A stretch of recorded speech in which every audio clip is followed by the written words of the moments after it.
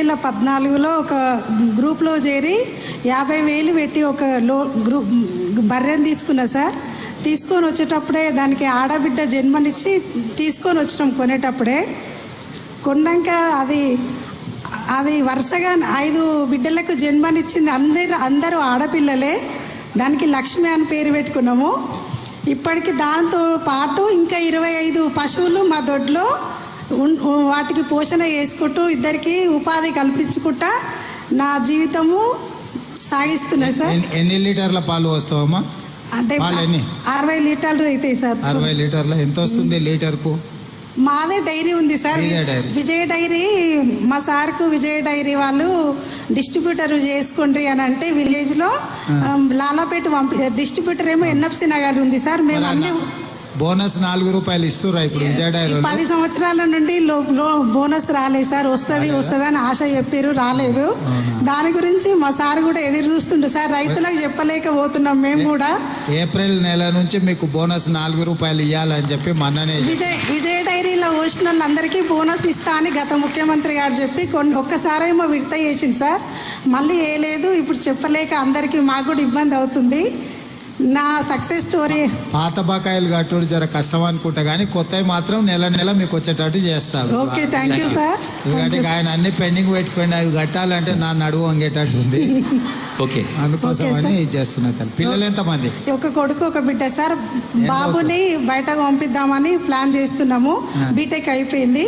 పాపది BTech 3rd year sir. ఇప్పుడు ఏ college? Ankushapur AC engineering college sir. అవునా? ఓకే, మంచిగా చదివించుకోమా పిల్లలు. ఒక చిన్న మాట చెప్పినాక ఇప్పుడు అసలైన కార్యక్రమం. భారతదేశంలో బాకీ తెచ్చుకోవడం కాదు, కట్టడంలో నంబర్ 1 రాష్ట్రం ఇది. అందరు కలిసి చెప్పండి ఏది? మన తెలంగాణ రాష్ట్ర ముఖ్యమంత్రి వర్యుల సందేశం. ఇప్పుడు పెద్ద సందేశం ఏం లేదమ్మా. మీ డ్రెస్ కోడ్ బాగుంది. మరి మీ అందరూ డ్రెస్ చూడంగానే సంతోషం అనిపిస్తుంది. ఇట్లా డ్రెస్ కోడ్ ఉన్న వాళ్ళతో 1,00,000 మందితో మీటింగ్ పెట్టుకుందాం మనం పరేడ్ గ్రౌండ్లో. మిమ్మల్ని అందరినీ మెప్ప సెర్పు నుంచి కష్టపడే మిమ్మల్ని అందరినీ చూస్తే మా కష్టాలు కూడా మర్చిపోతాము. ఎందుకంటే మీరు ఒకరొకరు ఒక్కొక్క రకంగా కష్టాలు ఎదుర్కొని కుటుంబాన్ని పోషిస్తూ పిల్లల్ని చదివించుకుంటూ ఇంటి ఆయన జర ఇట్లట్లున్నా సాయంత్రం దావతులు చేసినా జర్రా మొత్తం సంలాయించుకుంటే సంసారం నడుపుతున్నారు కదా. సంతోషం. మీ అందరికీ 0 వడ్డీతోని మీకు డబ్బులు ఇవ్వాలి, బ్యాంకు లింకేజ్ ఇదంతా కూడా చేస్తాము తొందరలోనే. అదేవిధంగా స్కూళ్ళ పిల్లలకు బట్టలు కుట్టేది కూడా మొత్తం మా అధికారులకు చెప్పిన, మీ సంఘాలకే ఇవ్వండి అని చెప్పిన. అదేవిధంగా అన్ని సబ్స్టేషన్ల కాడ సోలార్ ఇప్పుడు పెద్ద పెద్ద కంపెనీలు అదానీలు అంబానీలు పెట్టుకుంటారు సోలార్ ప్యానెల్స్. ఇవన్నీ నేను మొన్ననే మాట్లాడిన మా చీఫ్ సెక్రటరీ గారితో.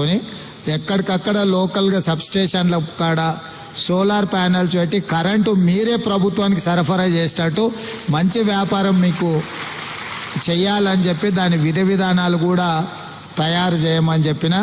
ఇప్పుడు మీరు లక్షాధికారులే. ఈసారి ఇందిరమ్మ రాజ్యంలో మిమ్మల్ని కోటీశ్వరులను చేసే విధంగా మీ వ్యాపారం బాగా పెరిగేటట్టు, మీరు ఆర్థికంగా నిలదొక్కునేటట్టు. ఇంట్లో ఆడబిడ్డ చేతుల నగదు ఉంటేనే ఆ ఇల్లు చక్కగా ఉంటుంది. ఇంటి ఆయన చేతులు ఉంటే సాయంత్రం బెల్ట్ షాప్కి ఇచ్చి వస్తాడు. అంతేనా? నిజమా కాదా? మీరు ఏమైనా మిగిలించుకున్నా కూడా గుంజుకపోతాడు.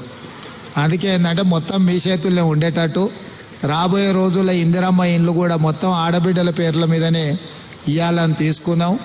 ఈయన పొన్నం ప్రభాకర్ సార్, ఈయనకోసారి సప్పట్లు కొట్టురు. ఎందుకో మళ్ళీ చెప్తా.